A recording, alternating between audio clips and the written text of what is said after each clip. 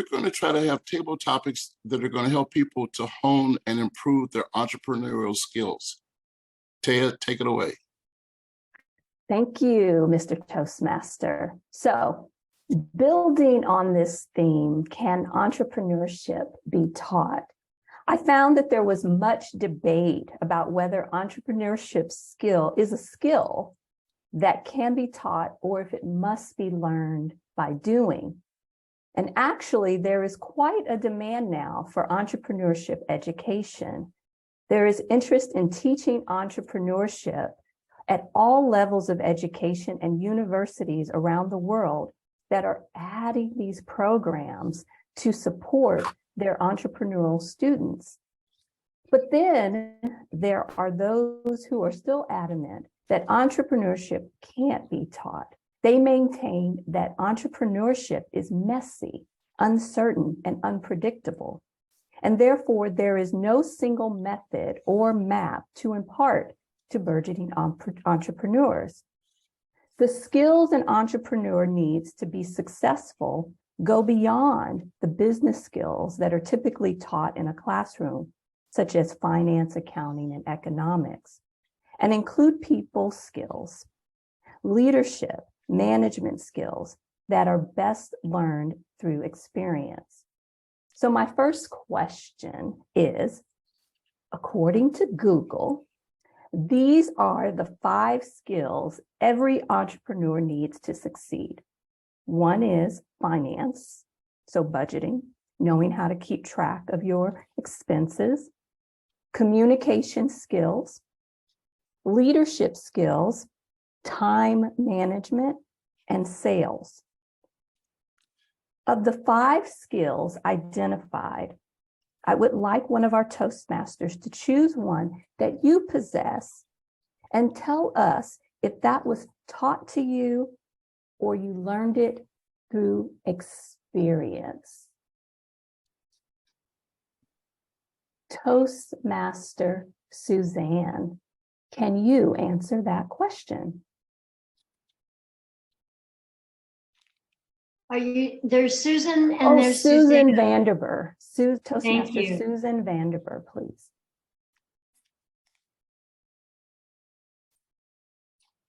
Good morning. I didn't know I was already a Toastmaster. I thought I needed to do more.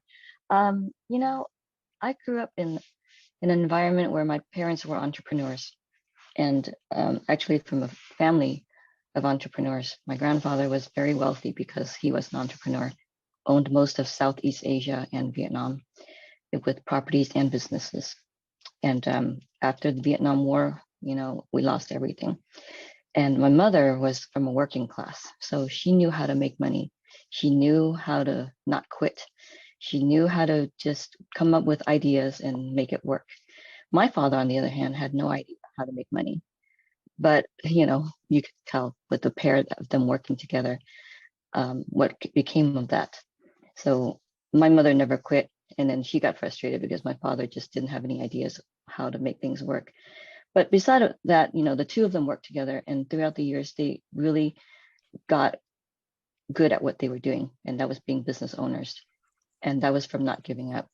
So I think entrepreneurship is learned, and some were just, you know, because they're exposed to it, they get that. And because I was exposed to it, I gained resiliency and sales and leadership. Mm-hmm. Thank you. Thank you. Thank you. So I'm glad you brought in the reference of resilience, because that's in my next question. So preparing for number 2, according to the experts, again, there are 3 traits that every successful entrepreneur must have. They are resilience, confidence, and the ability to be innovative. Of the 3 traits that I've listed, which ones do you deem as a skill that you have? And let us know if it is something that was taught to you or learned by doing. Toastmaster Ray, would you like to answer that question? Yes. Toastmaster Taya, would you please repeat the question, please? Yes.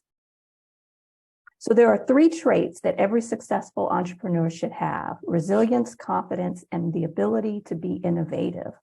Of those 3 traits, which one do you deem as a skill that you have? And let us know if it was something that was taught to you or learned by doing. Thank you. Toastmaster Taya, fellow Toastmasters, and honorable guests. Of the 3, I would think innovation would be critical. From my perspective, there's a lot of activity going on right now. More and more entrepreneurs are up and coming due to not only their own natural need for creativity, as Suzanne alluded to, which I completely agree with, but because of the upcoming potential, well, I'm not going to dare say negative financial up and coming ventures in the world that may or may not be taking place. But irregardless, or I should say regardless, there will always be the need for us to be all that we can be. We're here for a particular reason on this planet. We all have an objective. It's up to us to find out what that objective is. And through innovation, we explore the ideas that not only lead to our own natural creativity processes, but also helping others. Because as we venture off into innovation, not only are we taking on the challenge to be all we can be, but we're experimenting with growth. And that's going to bring us joy. And when that brings us joy, well, guess what? Those around us are probably going to be joyful as well. We are, in fact, contributing to the world's not only economy, but the higher frequency vibrations. Because we're happy, others are likely going to be happy. So innovation through our own creative processes is absolutely needed in today's times. And that's how we learn to find out what our own niche is, through that particular innovation. So I am all about innovation, exploring and find out what your particular niche is. Get on with it, get on about your business, as Jesus might say, and don't worry about what others think. So innovation, for me, an excellent criteria to follow suit with. Back to you, Toastmaster or Table Topics Master Taya Reed. Thank you for such an amazing response. Moving along, I don't want to assume and only ask. So if you do want to answer the next question, please use the reactions button and raise your hand, and then that way I can call on you. So for question number 3, based on my research, I found that time management is one of the biggest problems that entrepreneurs face. Do you agree? And if so, share some examples of why. However, if you don't agree, tell us what you think is the biggest issue that we face as entrepreneurs. Any takers? Werner. Thank you, Toastmaster Werner. I keep reminding myself that I can always make more money, but I cannot make more time. My beard is showing that. You know, there's a time limit here. As was said, we have a purpose and an objective, and we need to work it through. I also had been a person who was very, how should I say, over energetic. My mind was bouncing off of all the walls, and I had 12 projects going at the same time, which had nothing to do with one another. And it is impossible to do it all. Unless, of course, one lives eternally, but that's not the case, as I mentioned. So jumping down all those rabbit holes was not in my favor. So time is something I keep in mind, and I have to bring myself back to focus. This thing. Every time I start bouncing into a different direction, I go, wait a minute, got to get back on track. And that's when I took those 12 projects and realized I had to prioritize them and give the maximum to the number one thing. Number 2, okay, there's a little bit of time. Number 3, it's iffy. From 4 to 12, I got to let it go. I really was very unhappy to let all those projects go, but I recognized I couldn't do it all. Time management is really very, very important for our personal self, as well as for the organization itself as well. Thank you. Thank you. Thank you as well. So our next question. Some of the common reasons that small businesses fail include a lack of capital or funding, retaining an inadequate management team, a faulty business model, and unsuccessful marketing initiatives. I'd like for one of our Toastmasters to raise their hand.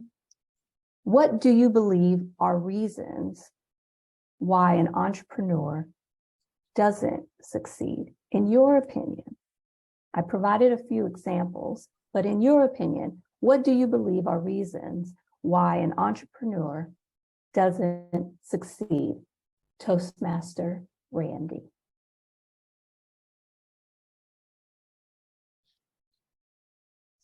Oh, I had to figure out how to put my hand down. You know, it's not really my opinion. It's actually a fact. Marketing is essential if you are going to be in business. And we all have various skills at it. Some of us are a little better than others, and some of us are still learning how to do it. It's absolutely critical because if you're in business, you have to have sales, which means you have to be attractive, which means you have to have something that people want, need, and see that they need it and will invest in. And so people only pay for results. If you cannot get results, you cannot get sales, and the marketing falls flat on its face. So great marketing is extremely important, and you must do it. And you must do it all the time, which is probably the most difficult thing for an entrepreneur to do, is not only get it right, but to do it all the time. I mean, daily, weekly, whatever it works for you. It could be on social media, it could be having a marketing firm, but that's expensive. So now that we have the power of the internet and social media at our fingertips, taking courses on how to get the marketing right, if you can't afford it, is absolutely essential. But 3 times over, marketing is absolutely critical, because that's the key to the success that you're looking for in terms of getting sales, which is why you're in business in the first place.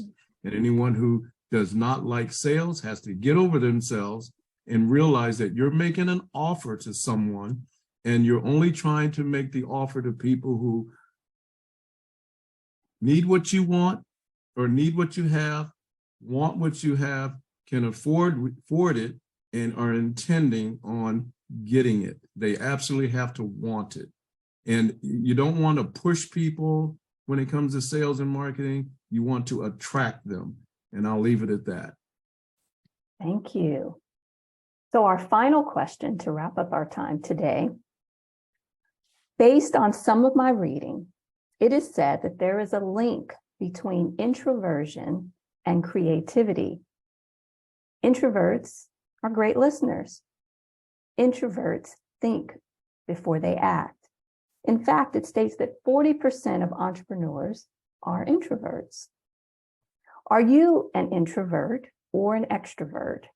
And how has that helped or hindered you in your role as an entrepreneur?